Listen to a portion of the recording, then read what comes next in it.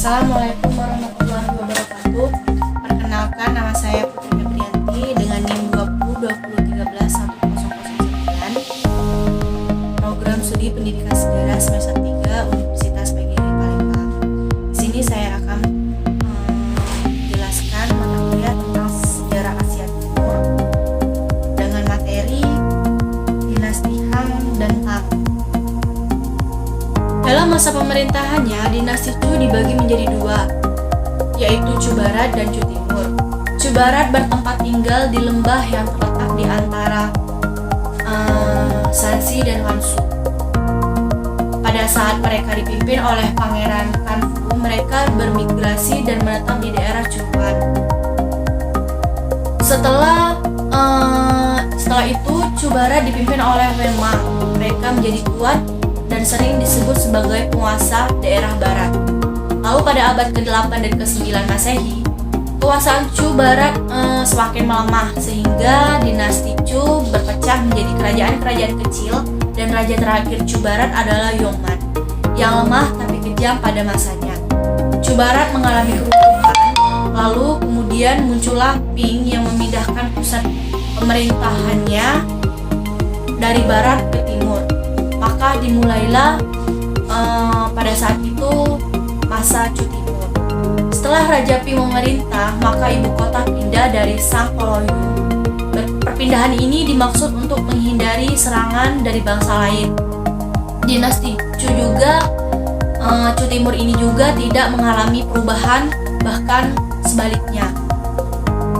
Perubahan sosial di lingkungan seperti hancurnya sistem feodalisme dan munculnya ide-ide baru di bidang filsafat memicu keadaan masyarakat timur pun berubah dengan adanya penemuan besi di Chile. Lalu terjadilah perubahan besar-besaran dalam bidang teknologi tersebut. Yang kedua yaitu dinasti Qi. 30 tahun setelah Chu berakhir dengan pemimpinan negara vassal atau negara boneka yang berhasil menaklukkan negara. Dan selanjutnya mendirikan dinasti Qin setelah menjadi penguasa Cheng. Cheng menggunakan gelar Shi Huangdi untuk menunjukkan kebijaksanaan dan kepandaiannya, di mana gelar ini terhimpun antara lain 3 raja dan 5 kaisar. Oleh karena itu, dinasti ini penting di negara Cina karena dinasti ini berhasil memutuskan sistem kekaisaran yang dapat berlangsung sampai dengan 20 abad di bawah pimpinan Xi Huangdi. Setelah Cina dapat dipersatukan, adapun faktor-faktor yang membantu Xi Huangdi dapat mempersatukan mereka, antara lain yaitu letaknya yang strategis dan banyak para ahli tata negara yang pandai di bidang pemerintahan. Pada abad ke-210 Masehi, Xi Huangdi ini meninggal dunia. Dan pada saat itu juga muncullah komplotan yang mengangkat putra kedua dari Xi Huangdi yang bernama Huai, yang berarti kaisar kedua. Kemudian pada abad ke-207 Masehi, Xi Huangdi ini dibunuh. Lalu diangkatlah cucu Xi Huangdi yaitu Ziyu sebagai Lalu digantilah cucu Xi Huangdi yaitu Ziyu sebagai gantinya. Lalu terjadilah perebutan kekuasaan antara Haxiang Yu Pang.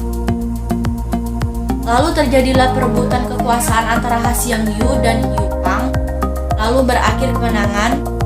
Yu Pang berhasil merebut kekuasaan dan mendirikan dinasti baru yaitu dinasti Han. Yang ketiga adalah dinasti Han, yang dimana merupakan salah satu zaman kejayaan dalam sejarah Cina. Dinasti ini juga berhasil mencapai kesatuan politik dan kebudayaan. Oleh karena itu, orang-orang Cina begitu bangga pada dinasti ini, dan sejak dinasti Qin runtuh juga muncullah dinasti Han yang didirikan oleh Liu Pang. Liu Pang ini bergelar Hongkousu setelah naik tahta. Lalu untuk memperkuat kedudukannya tersebut, ia banyak mengangkat teman seperjuangan dan anggota keluarganya yang menjadi anggota daerah dengan gelar Wang. Wang yang artinya adalah raja kecil. Kaisar terbesar dalam dinasti Han ini adalah Han Huangdi yang membawa kebesaran dan kemasyhuran dinasti Han ini sendiri. Han banyak memajukan negerinya baik di dalam maupun di luar. Jika Han Kuosu menghapuskan sistem feodalisme, akan merugikan dan menimbulkan bencana bagi dinasti Han Huangdi. Beberapa daerah Turkistan dapat ditaklukkan di bawah kepemimpinannya. Selanjutnya diketahui ada 2 jalan. Lalu jalan-jalan itu dikenal sebagai Jalan Sutra, yang dimana pada saat itu pedagang banyak lalu lalang membawa sutra di jalan tersebut, dan jalan tersebut juga merupakan penghubung kedua kerajaan besar, yakni kerajaan Cina dan kerajaan Romawi. Han Wuti ini meninggal pada abad ke-87 sebelum Masehi. Lalu terjadilah perpecahan di mana permaisuri Han Huangdi ini memberikan kekuasaan pemerintahan kepada keluarga mereka sendiri, dan akhirnya setelah Cheng Ti ini tampillah Wang Man dengan mendirikan dinasti baru dengan Deng Tixim. Wang Man sendiri ini adalah orang yang bercita-cita besar untuk memakmurkan rakyatnya. Namun perubahan-perubahan yang dilakukan Wang Man sendiri mendapatkan perlawanan dari pihak yang bersangkutan, sehingga timbullah kekacauan. Dan pada akhir abad 23 Masehi timbullah pemberontakan di bawah pimpinan Liu Shu yang berhasil menghancurkan Cheng dan membunuh Wang Man. Dengan meninggalnya Wang Man, maka berakhirlah dinasti dan muncullah kembali dinasti Han. Setelah Liu Shu berhasil mengakhiri pemerintahan Wang Man, ia kemudian menaiki singgasana dengan gelar Guang Wuti.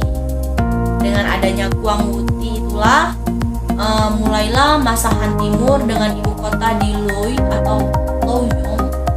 Guang Wuti ini menghapus pembaruan yang dilakukan oleh Wang Man. Lalu ia mendirikan sekolah untuk mempelajari ajaran Kungfuzi. Setelah itu Kaisar Guang Wuti meninggal, lalu digantikan oleh Kaisar Mingti yang namanya dikenal sejarah karena pada saat itu banyak hal-hal penting yang dilakukannya pada masa pemerintahannya.